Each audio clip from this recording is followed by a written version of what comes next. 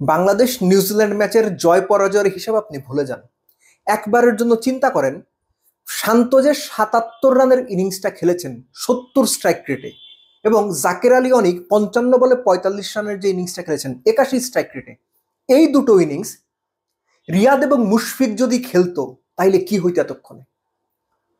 আমার অনুমান বন্দনার চোটে ফেসবুকে থাকা যাইত না, ফুলের মালা নিয়ে অনেকে হাজির হইতো, বরাবর বলা হইতো দেখছেন বাংলাদেশের কোহলি, তাদের বিকল্প কোথায়?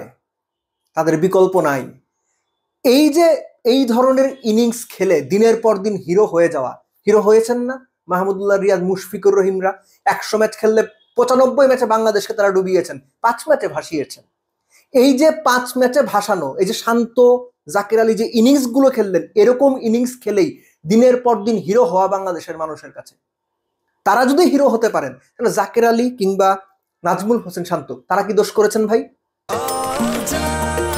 নিশ্চিন্তে খান স্বাস্থ্যকর অল টাইম পান, অল টাইম হেলদি লাইফ। আমিও তাদের কোনো দোষ দেখি না, তাদের নিয়ে কেন ট্রল হবে?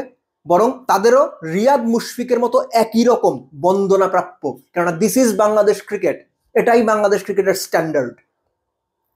নৌকার আগের গলুই যেখান দিয়ে যায়, পেছনের গলুইটাও সেইখান দিয়ে যায়।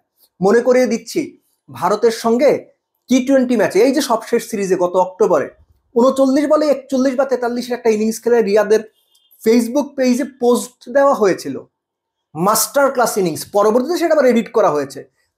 ৩৯ বলে ৪১ বা ৪৩-এর ইনিংসে তাকে তারা মাস্টার ক্লাস মনে করেন।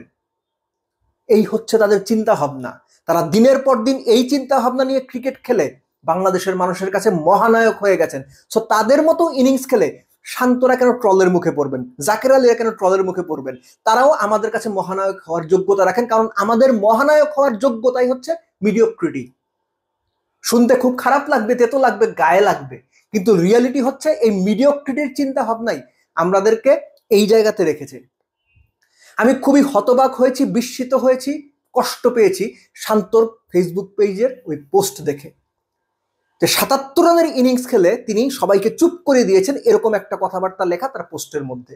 সিরিয়াসলি, শান্তকে আমি পার্সোনালি অনেক হাইলি রেট করি, কিন্তু তার মানসিকতাও যে ওই মিডিওকার ক্রিকেটারদের লেভেলে চলে এসেছে, কিংবা তাদেরকে দেখেই যে এরা শিখছে এবং তাদেরকে দেখেই যে এরা মাইন্ড সেট আপ করে নিয়েছে যে তারা যতটুকু করেছে অতটুকু করলেই বাংলাদেশে হিরো হয়ে বাঁচে থাকা যাবে, এটা ভয়ঙ্কর লক্ষণ, ভয়াবহ লক্ষণ, যাচ্ছে তাই লক্ষণ।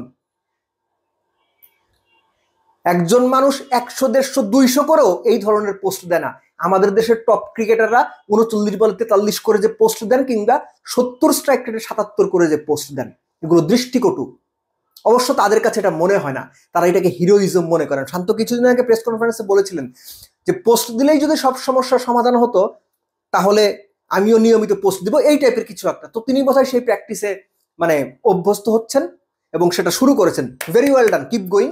এবং এরপর থেকে আশা করব ৩০ বলে ৩৫ করলো দারুণ ইনিংস বলে আপনাদের ফেসবুক পেজে বা সোশ্যাল সাইটে আমরা পোস্ট পাবো, কেননা আপনাদের লেভেলটাই অতটুকু। এই জন্য শুরুতে বলছিলাম আপনি ম্যাচের হিসাব ভুলে যান। বাংলাদেশ নিউজিল্যান্ড ম্যাচে কে জিতেছে কে হেরেছে এই হিসাব ভুলে যান। আমাদের প্লেয়ারদের, টপ প্লেয়ারদের মেন্টালিটি একবার চিন্তা করেন। এই যখন টপ প্লেয়ারদের মেন্টালিটি আমি আপনি আমরা আশা করি বসে থাকি বাংলাদেশ ক্রিকেট ভালো করবে, বাংলাদেশের ক্রিকেটাররা দারুণ কোনো অর্জন আমাদের কিনে দেবে। বাংলাদেশের টপ প্লেয়াররা ১৭-১৮ বছর ক্রিকেট খেলে যখন মেন্টালিটির পরিবর্তন করতে পারেনি, আপনি তার পরের জেনারেশনের কাছে কি এক্সপেক্ট করেন? Please don't expect anything much. বাংলাদেশের ক্রিকেটারদের চিন্তার সামর্থ্য এতটুকুই। তারা চিন্তার যে লেভেল বা তাদের চিন্তার যে লেভেল সেটা কখনো স্কাই হাই না, সেটাও আমাদের মতোই সাধারণ। আর আমাদের মতো যারা সাধারণ তাদের কাছ থেকে আমি আপনি আমরা অসাধারণ কিছু কেন প্রত্যাশা করি? দায় আমাদের, ভুল আমাদের, এর চেয়ে বেশি আর কোনো কিচ্ছু না।